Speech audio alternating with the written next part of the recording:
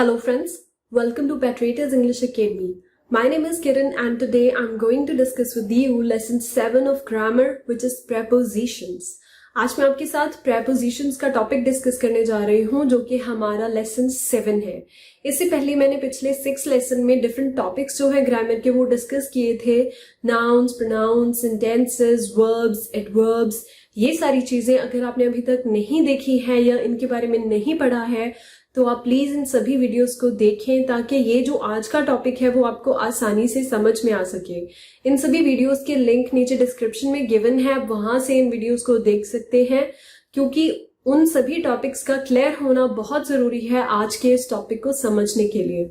तो हम शुरू करते हैं.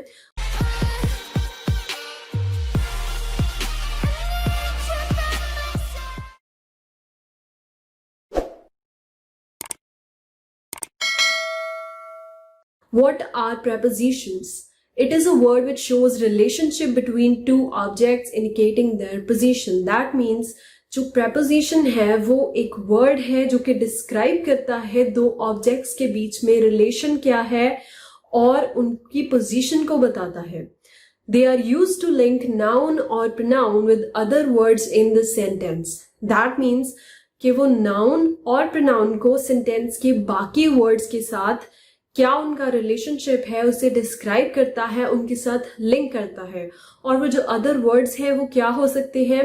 They can be nouns, verbs और एडजेक्टिव्स. तो मैंने इसीलिए कहा था स्टार्टिंग में वीडियो के कि इन सभी टॉपिक्स का क्लियर होना आपके लिए बहुत जरूरी है क्योंकि जब तक आपको यही नहीं पता होगा कि सेंटेंस में वर्ब क्या है, एडजेक्टिव क्या है, नाउन क्या है, प्रोनाउन क्या है, आपको प्रेपोजिशन नहीं समझ में आएगी.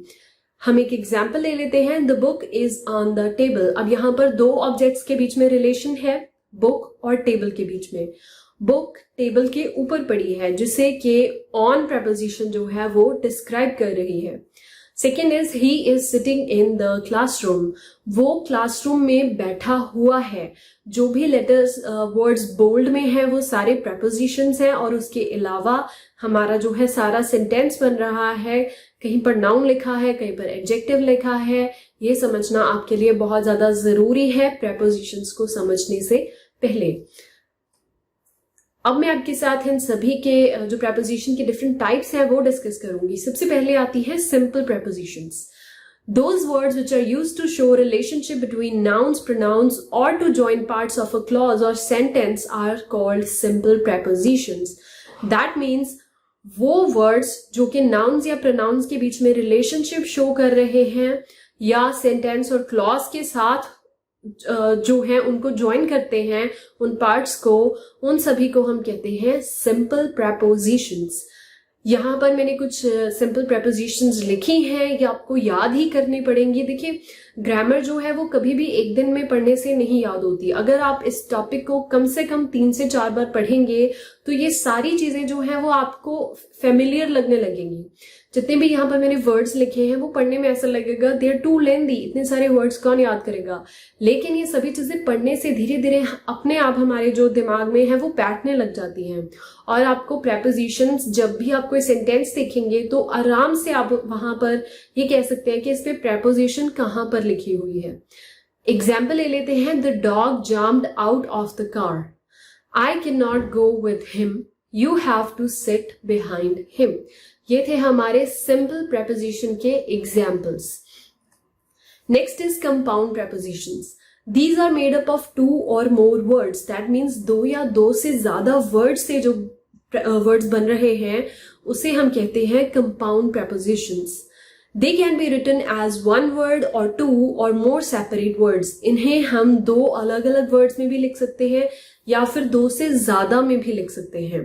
They are also called phrasal prepositions, double prepositions और multi-word prepositions. ये सभी जो नेम्स हैं वो कंपाउंड प्रेपोजिशंस के ही हैं. तो अगर कहीं पर भी आपको इंटरनेट पे या फिर कोई और आपको पढ़ा रहा है तो वो इसका डिफरेंट नेम यूज कर रहा है, then you don't need to worry. ये चारों नेम्स एक ही टाइप की प्रेपोजिशन के हैं. यहाँ पर मैंने इसके भी कुछ एग्जाम्पल्स लिखे हैं in the form of table. आप इनका स्क्रीनशॉट लें, इन्हें लिखें ताकि आप इन्हें याद कर पाएं. according to, in addition to, in place of, agreeable to, on behalf of, in reference to, ये सारे एग्जाम्पल हैं कंपाउंड prepositions के। नेक्स्ट आते हैं हमारे prepositions of time। जो preposition of time है वो 3 होते हैं, at, in and on, और यही तीनों as a preposition of place, इन दोनों की जो यूजेज है इन तीनों की वो दोनों में डिफरेंट है। अगर हम इन्हें एज टाइम के तौर पर, टाइम बताने के लिए यूज करते हैं, तब इनकी यूजेज डिफरेंट है, सेंटेंसेस में इन्हें डिफरेंट वे में लिखा जाता है, और जब हम प्लेस के बारे में बात करते हैं तब इन्हें डिफरेंट वे में लिखा जाता है। मैं तीनों को अलग अलग आपको जो है डिस्क्राइब यहाँ पर मैं करूंगी। मैंने यहाँ पर इनके एग्जाम्पल्स भी लिखे हैं ताकि आपको अच्छे से समझ में आ जाए। सबसे पहले हम करते हैं prepositions ऑफ टाइम, और उसमें एट करेंगे। एट है नेचुरल टाइम्स बताने के लिए। नेचुरल टाइम्स मतलब at midnight, at night, at dawn. Dawn कहते हैं सनराइज को, जब सूरज जो है उगता है। एट डस्क सनसेट को कहते हैं। At noon 12 PM, fine, 12 PM को हम एट नून कहते हैं। देखिए ये जो है नेचुरल टाइम्स है, मतलब जो हमने नहीं बनाए। जो सूरज है वो अपने टाइम पर ही राइज करता है, और डॉन, डस्क, ये सारी चीजें अपने टाइम पर खुद ही होती है, तो इसलिए मैंने यहाँ पर नेचुरल टाइम्स लिखा है।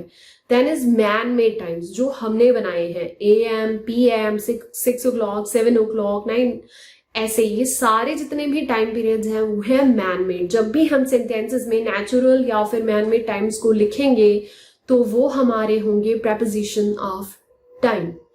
बिगिनिंग और at the end of, at the start of, जब भी हम कोई सेंटेंस स्टार्ट करेंगे या सेंटेंस को एंड करेंगे वहां पर भी जो है एट का यूज किया जाता है। At lunch, at dinner, at breakfast, इन तीनों के लिए भी हम एट को जो है यूज करते हैं, एट preposition को। कुछ एग्जाम्पल्स हैं यहाँ पर। You can come to meet me at lunch time, तुम मुझे लंच टाइम पर मिलने के लिए आ सकते हो। यहाँ पर हम कोई भी और preposition नहीं यूज करेंगे, सिर्फ और सिर्फ जो एट है वही यहाँ पर यूज होगा। He was there at noon. Noon मैंने बताया कि 12 PM को कहते हैं, तो वो वहां पर 12 बजे पहुंच चुका था। I get up at 5 o'clock, मैं 5 बजे उठी थी। तो ये सारी जो चीजें हैं इन सभी को डिस्क्राइब करने के लिए हम एट का जो है यूज करते हैं। Next is in. इन अब कहां पर यूज होगा? जब भी हम natural times, natural time morning जब हम वर्ड यूज कर रहे हैं, या इवनिंग, तो उसके साथ आएगा इन। देखिए नेचुरल टाइम्स मैंने वहां पर भी बताया था, वहां पर मैंने कहा था मिडनाइट, नाइट, डॉन, ये सारी चीजों के साथ हम एट यूज करेंगे। लेकिन जब भी हम मॉर्निंग या इवनिंग कह रहे हैं तब हम वहां पर इन को यूज करेंगे। मंथ्स को डिस्क्राइब करने के लिए जब भी किसी सेंटेंस में कोई मंथ के बारे में बात कर रहे हैं, हम किसी सीजन के बारे में बात कर रहे हैं, या फिर ईयर्स के बारे में, जैसे यहाँ पर मैंने लिखा भी है इन अक्टूबर, in summer, in 2018, in 1960s, इस तरह से आपने देखा भी होगा कि बुक्स में जब भी ईयर्स लिखे होते हैं तो उनके साथ हमेशा इन लिखा होता है। दिस इज द रीजन, क्योंकि ये preposition ऑफ टाइम है। फाइन, एग्जाम्पल हम ले लेते हैं। I was born in 19th century, मैं 19th century में पैदा हुई थी। She had her holidays in July, we will go to Shimla in summer. अब ये सारे एग्जाम्पल्स हैं हमारे इन preposition के, which is a preposition of time. Third is on.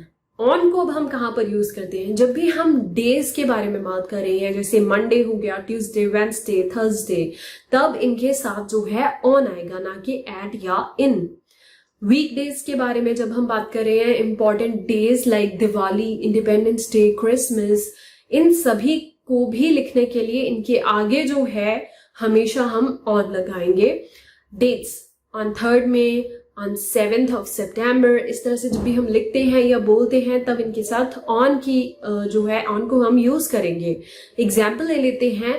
I went to Dubai on Monday, he was born on January 21st, my sister arrived on Christmas. देखिए friends, इन तीनों का जो डिफरेंस है वो समझना अच्छे से बहुत जरूरी है, और इसे याद भी आपको इसी तरह से ही रखना पड़ेगा, क्योंकि अगर आप इसमें से किसी भी चीज को भूल जाते हैं तो पॉसिबिलिटी है कि आप इन्हें गलत लिख दें। जहां पर एन आना है वहां पर आप एट लिख देंगे और जहां पर हमें ऑन लगाना है वहां पर आप इन लिख देंगे।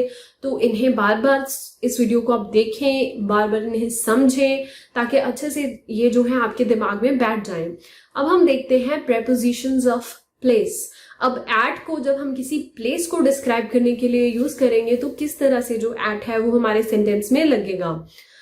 Towns, villages, localities, relatively small places, इन सभी चीजों के बारे में जब हम बात करेंगे तो वहां पर हम एट लगाएंगे। If a place is near by a metro city, कोई भी प्लेस है जो एक मेट्रो सिटी के पास है, उसको डिस्क्राइब करने के लिए भी हम एट को यूज करेंगे। If you are staying near the metro city, तब भी हम एट को ही यूज करेंगे। एक एग्जाम्पल लिखी है यहाँ पर, my village is at Ludhiana. अब जो विलेज है वो लुधियाना एक सिटी है उसके पास है, तो हम यहाँ पर एट को यूज करेंगे सिटी के साथ। जैसे my village is at Ludhiana, it is not like my village is in Ludhiana, ये बिल्कुल ही गलत है। का विलेज जो है लुधियाना के पास है। Fine, my village is at Ludhiana, district Ludhiana हो सकता है, ठीक है, लेकिन आपका विलेज एक अलग चीज है और वो किसके पास है, एक सिटी के पास है। आई लिव एट लुधियाना इन पंजाब। अब यहाँ पर कहा था कि छोटी जगहों के बारे में जब हम डिस्क्राइब कर रहे हैं, रेजिडेंशियल एरिया, स्मॉल लोकेलिटीज, इन सभी के साथ एट आएगा। और पंजाब जो है it's a state, it's a big place, तो इसके साथ इन आ रहा है। Fine, place where you are to do something typical, जहां पर आप कुछ करने वाले हैं, लाइक कोई मूवी देखनी है, आप कहीं पर पढ़ने जा रहे हैं या फिर आप कहीं पर काम करते हैं, वहां पर भी हम उनके साथ एट यूज करेंगे। Example is the shop is at the end of the street, he is waiting for me at the bus stop, when will you arrive at the office. मैंने ये एग्जाम्पल्स लिखी हैं ताकि आपको इन सभी की जो यूजेज मैंने ऊपर लिखी होती है उसके बारे में आपको अच्छे से समझ में आ जाए। फाइन, ये जो है प्लेसेस टाइम के अकॉर्डिंग वेरी करती रहेंगी आपके जो एग्जाम्पल्स हैं। इन जो है कंट्रीज या फिर स्टेट्स के बारे में, जैसे पिछले एग्जाम्पल में पंजाब के साथ इन लगा हुआ था because Punjab is a state, it's a big place. Fine, enclosed surface और प्लेस, कोई बंद जगह या कोई क्लोज्ड सरफेस के बारे में जब हम बात करेंगे तो वहां पर भी हम इन लगाएंगे। Example is I live in New York, she is in the car. Car जो है क्लोज्ड सरफेस है। Fine, she is the best team in the world. अब वर्ल्ड पूरा एक एनक्लोज्ड है। फाइन, उसके बारे में जब हम बात कर रहे हैं तो she is the best in the world, तो वो पूरे वर्ल्ड में सबसे बेस्ट है। लास्ट है हमारा ऑन। जब हम ऑन को प्लेसेस के साथ यूज करेंगे तो वो किस तरह से लिखा जाएगा। जब भी हम किसी अपर पोजीशन की बात कर रहे हैं और उसके साथ सेंस ऑफ टच है, एग्जाम्पल से आपको समझ में आएगा। The bag is on the chair. अब जो बैग है वो चेयर के ऊपर पड़ा है, दैट मीन्स अपर पोजीशन की बात हो रही है और एक टच हो रहा है वो बैग है जो उस चेयर के साथ। फाइन, तो यहां पर भी ऑन आएगा। Upper position plus support, example is board is hanged on the wall. अब जो वॉल है वो उस जो बोर्ड उस पर लगा हुआ है उसे सपोर्ट दे रही है। फाइन, अपर पोजीशन की बात हो रही है लेकिन साथ में सपोर्ट की भी बात हो रही है, तो यहां पर भी ऑन लगेगा। टेलीविजन, रेडियो, जब आप इनके बारे में बात कर रहे हैं then also we are going to use on, like my favourite program on television और ऑन रेडियो। लेफ्ट राइट, जब भी हम डायरेक्शंस की बात करते हैं, लेफ्ट पे जाना है, राइट पे है कोई जगह, जब उन्हें इंग्लिश में हमें डिस्क्राइब करना है then also we are gonna use on. Example is the book store is on the left, जो बुक स्टोर है वो लेफ्ट की ओर है। कुछ और एग्जाम्पल्स यहाँ पर मैंने लिखी है। He has hung the photograph on the wall. यहाँ पर भी सेम वही बोर्ड वाला केस है, जो फोटोग्राफ है उसे वॉल जो है सपोर्ट दे रही है और अपर पोजीशन की बात हो रही है तो ऑन लगा है। I live on 7th floor of this building, मैं इस बिल्डिंग के 7th फ्लोर पर रहती हूँ। There are no prices on this menu, इस मेन्यू पर जो प्राइजेस हैं वो नहीं लिखे हुए हैं, तो यहां पर भी ऑन ही आएगा। So friends, this was all about the prepositions. मैं ट्राई करूंगी कि इसमें से जो कुछ इंपॉर्टेंट प्रेपोजिशंस हैं या जिनमें ज्यादातर लोगों को कंफ्यूजन होती है, लाइक इन एंड इनटू में काफी जो है प्रॉब्लम्स आती हैं सभी को, इनको समझने में, इनकी यूजेज के बारे में या इन्हें बोलने में। तो जो मेरी नेक्स्ट वीडियो होगी वो इसी के ऊपर बेस्ड होगी कि कैसे हम दो डिफरेंट prepositions को अच्छे से यूज कर सकते हैं और उन्हें क्या डिफरेंस है, so that आपको कभी भी उनमें कोई confusion ना हो. This today's lesson was all about different type of prepositions and what are prepositions. And my next video will be on how to use different type of prepositions. अगर आपको ये वीडियो अच्छी लगी हो तो प्लीज आप इससे लाइक और शेयर करना ना भूलें और इस चैनल को सब्सक्राइब जरूर करें, ताकि आप जो नेक्स्ट लेसन में यहाँ पर शेयर करूंगी वो भी आप अच्छे से समझ पाएं, देख पाएं preposition की सही से यूजेज के लिए. Thank you.